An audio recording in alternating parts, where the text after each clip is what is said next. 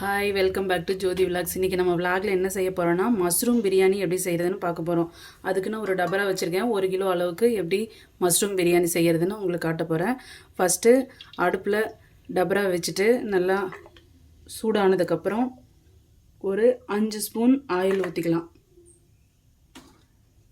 ஊற்றிட்டு இப்போ பட்டை, கொஞ்சம் சோம்பு, 3 லவங்கம், ஏலக்காய் ஒரு 3 பீஸ் இதை வச்சுருக்கேன். இதை எண்ணெயில் சேர்த்துக்கலாம். இது சேர்த்ததுக்கப்புறம் பச்சை மிளகா 3 கீரி வச்சுருக்கேன், அதை உள்ளே சேர்த்துக்கலாம். அடுத்து ஆனியன் கட் பண்ணி வச்சுருக்கேன், ஒரு பெரிய சைஸ் ஆனியன் 4 கட் பண்ணி வச்சுருக்கேன், அதையும் உள்ளே சேர்த்துக்கலாம்.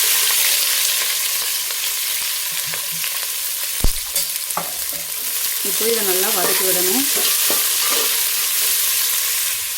ஆனியன் நல்லா வதங்குறதுக்காக கொஞ்சம் உப்பு சேர்த்துக்கலாம், ஒரு 1/4 ஸ்பூன் உப்பு சேர்த்து. இப்போ ஆனியன் நல்லா வதங்கிடுச்சு. இந்த டைமில் நம்ம இஞ்சி பூண்டு பேஸ்ட்டு சேர்த்துப்போம். ஒரு 3 ஸ்பூன் இஞ்சி பூண்டு பேஸ்ட்டு உள்ளே சேர்த்துக்கலாம்.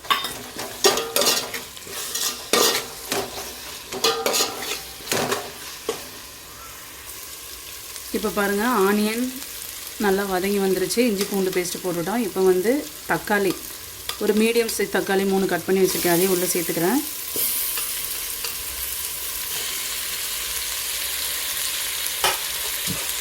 சேர்த்துட்டு இதையும் நல்லா வதக்கி விடணும். இப்போ பாருங்கள், தக்காளி நல்லா வதங்கி வந்துருச்சு. இந்த டைமில் நம்ம கொத்தமல்லியும் புதினாவும் ரெடி பண்ணி வச்சுருக்கோம் பாருங்கள், கிள்ளி ரெடி பண்ணி அதை சேர்த்துக்கலாம். உள்ள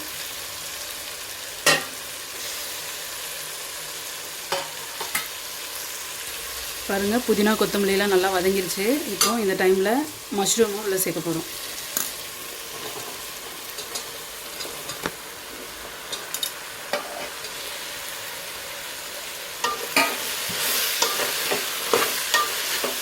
இது 2 பேக்கெட் மஷ்ரூம் வாங்கி கட் பண்ணி க்ளீன் பண்ணி வச்சுருக்கேன், அதை உள்ளே சேர்த்துக்கிறேன். இப்போ இதை நல்லா வதங்கினதுக்கப்புறம் மசாலா சேர்க்கணும். இப்போ பாருங்கள், மஷ்ரூம் ஓரளவுக்கு வதங்கிடுச்சு. இப்போ இந்த டைமில் தனி மிளகாத்தூள் 2 ஸ்பூன், ஆச்சி பிரியாணி மசாலா 2 ஸ்பூன் இதையும் சேர்க்குற போகிறோம் உள்ள. இப்போ நம்ம தேவையான அளவு உப்பு சேர்த்துக்கலாம். ஆல்ரெடி நான் ஒரு 1/2 ஸ்பூன் உப்பு சேர்த்துருக்கேன், அதனால் இப்போ 1.5 ஸ்பூன் உப்பு சேர்க்குறேன். இப்போ நம்ம அரிசியெல்லாம் போட்டதுக்கப்புறம் டேஸ்ட் பார்த்துட்டு பத்தலைன்னா சேர்த்துக்கலாம். பாருங்கள், பாஸ்மதி அரிசியை 1/2 அன் ஹவர் ஊற வச்சு கழுவி வச்சுருக்கேன். இப்போ நான் இந்த மசாலாவில் சேர்க்க போகிறேன். ஏன் அப்படி சேர்க்குறேன்னா, நான் தண்ணி வச்சு அது கொதிச்சதுக்கப்புறம் சிலர்லாம் மஷ்ரூம் பிரியாணி செய்வாங்க. ஆனால் நான் இந்த மசாலாவில் மிக்ஸ் ஆனதுக்கப்புறம் அந்த டேஸ்ட்டு அரிசியில் அப்படியே ஒட்டும். அதனால் நான் அந்த மசாலா ரெடி ஆனதுக்கப்புறம் அந்த அரிசியை போட்டு ஒரு ஃப்ரை அப்படியே கலக்கி விட்டுட்டு அதுக்கப்புறம் தான் தண்ணி ஊற்றுவோம். அப்போ தான் டேஸ்ட்டு நல்லா சூப்பராக டேஸ்ட்டாக இருக்கும். அதனால் இப்போ பாருங்கள், அரிசி மசாலா கூட நல்லா மிக்ஸ் ஆகி வந்துருச்சு. இந்த டைமில் இப்போ நம்ம தண்ணி சேர்த்தோன்னா அது உப்பு காரம் பார்த்துட்டு நம்ம மூடி வச்சிட்டோன்னா சுவையான மஷ்ரூம் பிரியாணி ரெடி. பாசுமதி அரிசிக்கு 1 டம்ளர் அரிசிக்கு 1.5 டம்ளர் தண்ணி சேர்க்கணும். 4 டம்ளர்னால் 6 டம்ளர் தண்ணி சேர்க்கணும். நீங்கள் அந்த ரேஷியோவில் செஞ்சு பாருங்கள், அரிசி நல்லா உடையாமல் சூப்பராக வரும்.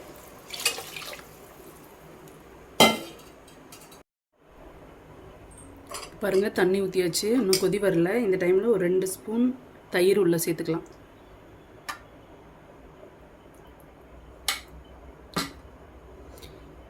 தயிர் சேர்த்தா அரிசி கொஞ்சம் உடையாமல் வரும், அது இல்லாமல் டேஸ்ட்டு கொஞ்சம் கூடுதலாக இருக்கும், நல்லாயிருக்கும். இப்போ பாருங்கள், நல்லா கொதி வந்துருச்சு. இந்த டைமில் நம்ம தம் போட்டுடலாம்.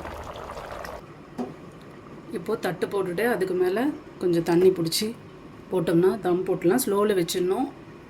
ஒரு 5 to 10 மினிட்ஸில் ரெடி ஆகிடும். அதுக்கப்புறம் பிரியாணி எப்படி இருக்குன்னு உங்களுக்கு காட்டுறேன். இப்போது நம்ம தம்மை இறக்கிடலாம். இப்போ ஓப்பன் பண்ணி பார்க்கலாம். பாருங்கள், ஆல்மோஸ்ட் ரெடி ஆகிடுச்சு மஷ்ரூம் பிரியாணி.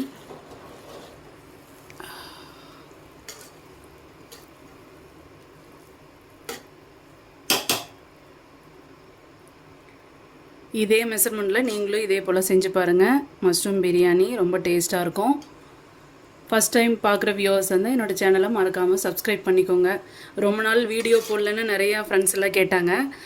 கொஞ்சம் வீட்டில் விசேஷம் இருக்கிறதால நான் இவ்வளோ நாளாக போட முடியல. இனிமேல் கரெக்டாக போடுறேன், நீங்கள் பாருங்கள்.